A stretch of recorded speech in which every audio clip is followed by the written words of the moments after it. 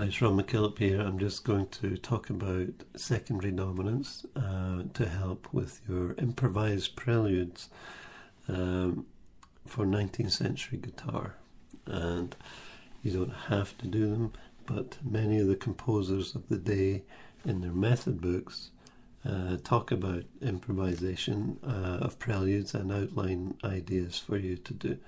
I'm just going to go through something I found useful, and that is secondary dominants. Now, what is a prelude?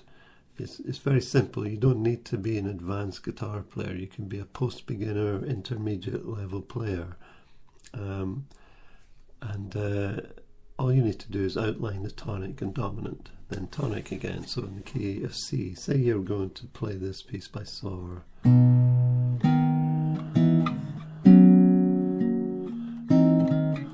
So on, a very common student piece, beautiful piece. You might just want to do C major, G7, C, and that's your prelude. Then you go into the piece. Now that's not hard to do, so don't say you can't improvise a prelude. Just you make up different arpeggios.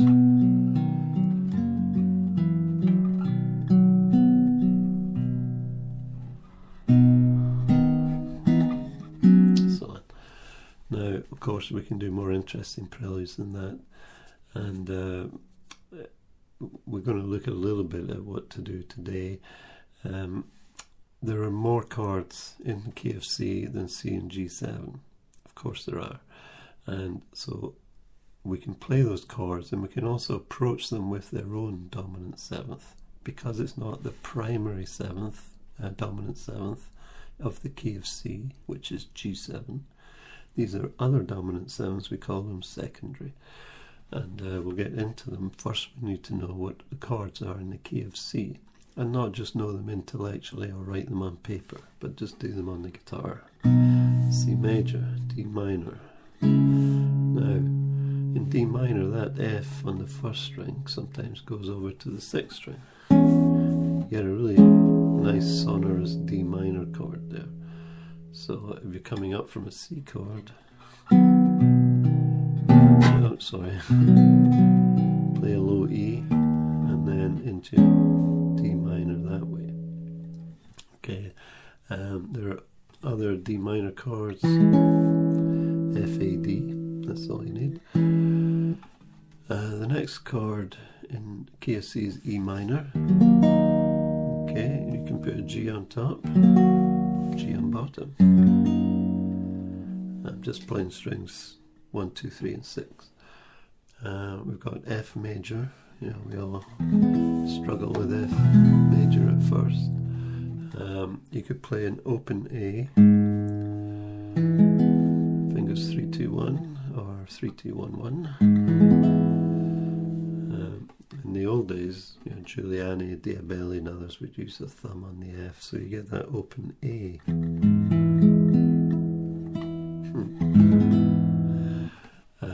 Rather than the C, the fifth.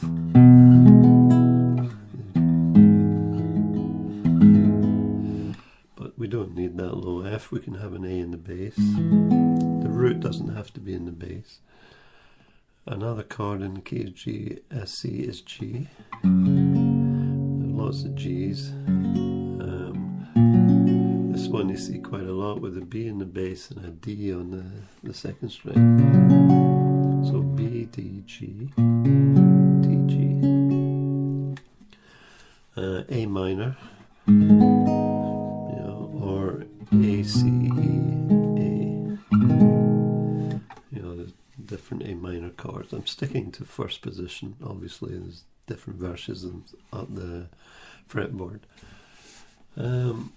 Okay, so secondary dominants. What we're going to do is try and approach these chords with their own dominant. So the first one I talked about was D minor. This or this. Now what's the dominant of D minor? Well, you count up 5. D, E, F, G, A. And we're playing a 7th chord. So there's an A chord with a 7th note, which is G. When you're trying to calculate which is the 7th note. Just step back one from the name of the chord. So if it's A, the 7th is G. So there's A7, there's another A7 here. There's a great A7 where you do strings 2, 3 and 4 as a bar and play a G on the bottom. It's the same A7 as this, but just that G is gone onto the 6th string. So different ways of playing A7, and it's going to D minor. So if we take this one, for instance, we can use that low sonorous D minor. So I was on C major.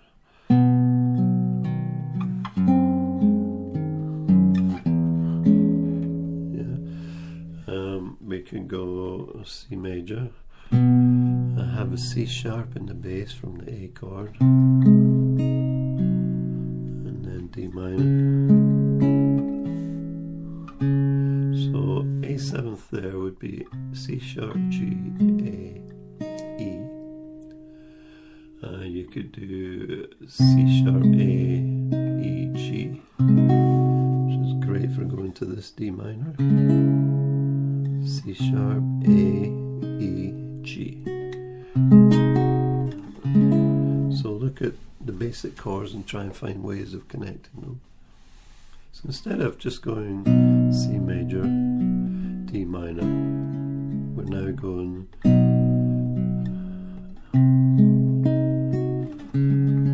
which is a bit more interesting. Or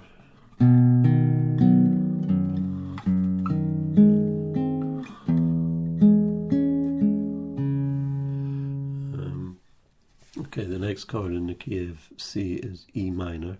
What's its dominant? Well, you count up 5. E, F sharp in the key of E minor, G, A, B. So we're looking for B7th, which is B, D sharp, A, B, F sharp. That's B7. Goes to E minor. F sharp on top could go up to the G.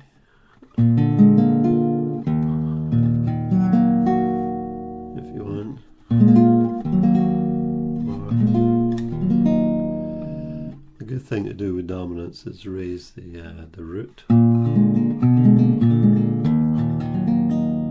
So whenever you got a dominant 7th,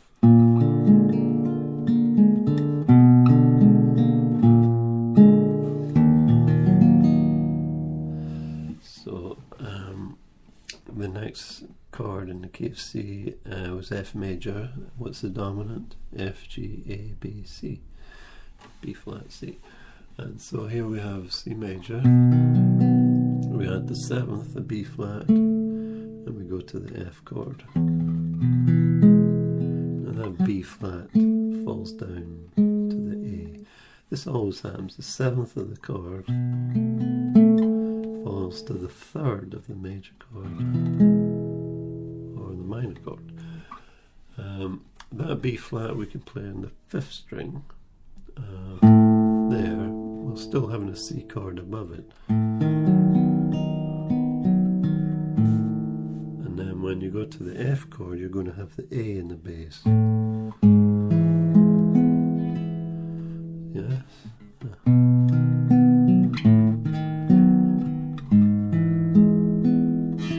Oops. Very narrow nut, this 46 millimeters. The next chord in the key of C is, what did I do there? Is G, G major. What's the dominant of G? G, A, B, C, D, D7. Here's a D7. And it goes to G.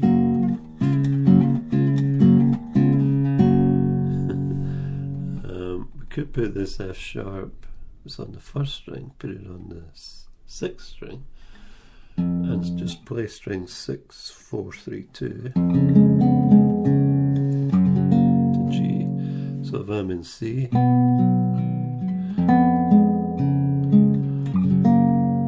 could do a suspension, leave that C on top,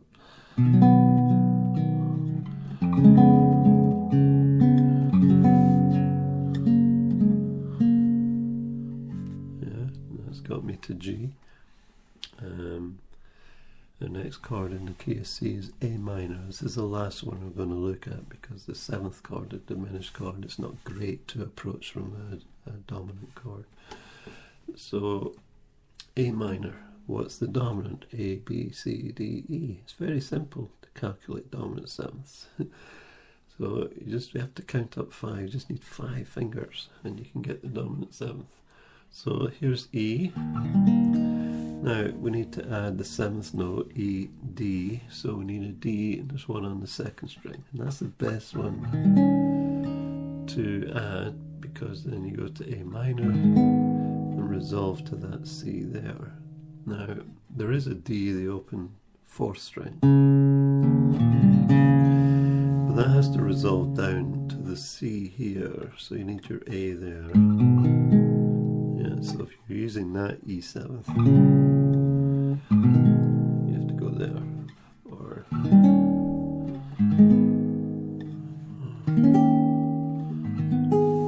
yeah. Okay.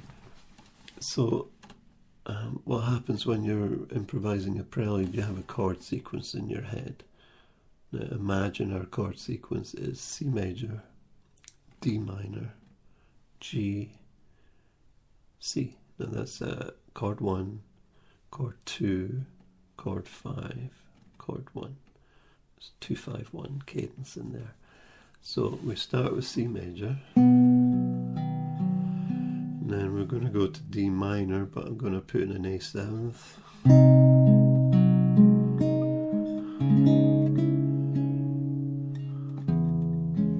Then I'm going to go to G, but via D7, the dominant.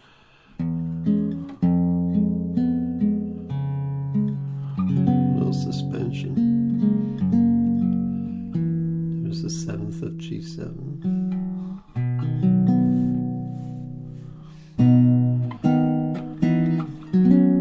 So that was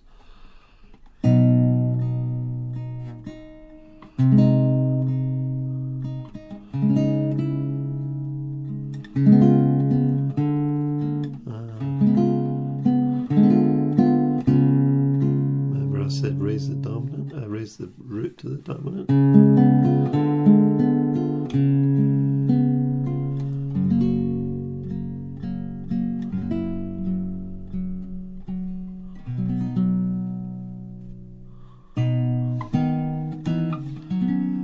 So as long as you have a chord sequence, there's a number of different things you can do to go through this chord sequence.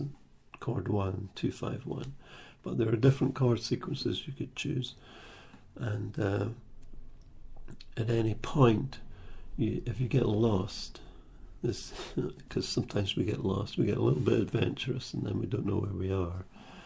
Instead of panicking and crying and wailing or giving up, turn every chord into a dominant 7th, a secondary dominant, until you get to the primary dominant of G7. So let me see.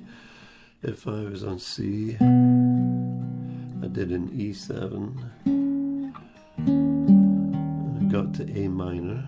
And so how do I get home? I'm going to make that A minor A7, and D minor, make that a D7th, until I get to G, my primary dominant.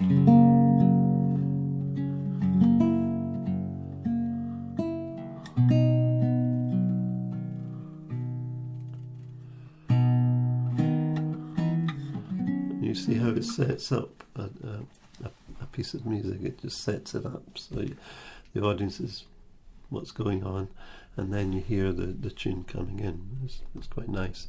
So they are just trying to simplify it. You're just trying to give a sense of the key. These are the chords in the key. Each chord could be approached by its own dominant 7th, and there's one primary 7th whenever you get to that G7 that takes you back to C if you get lost. Now you can use the rest of the fretboard, use big arpeggios all over the place, even scales. So you know your first chords, say,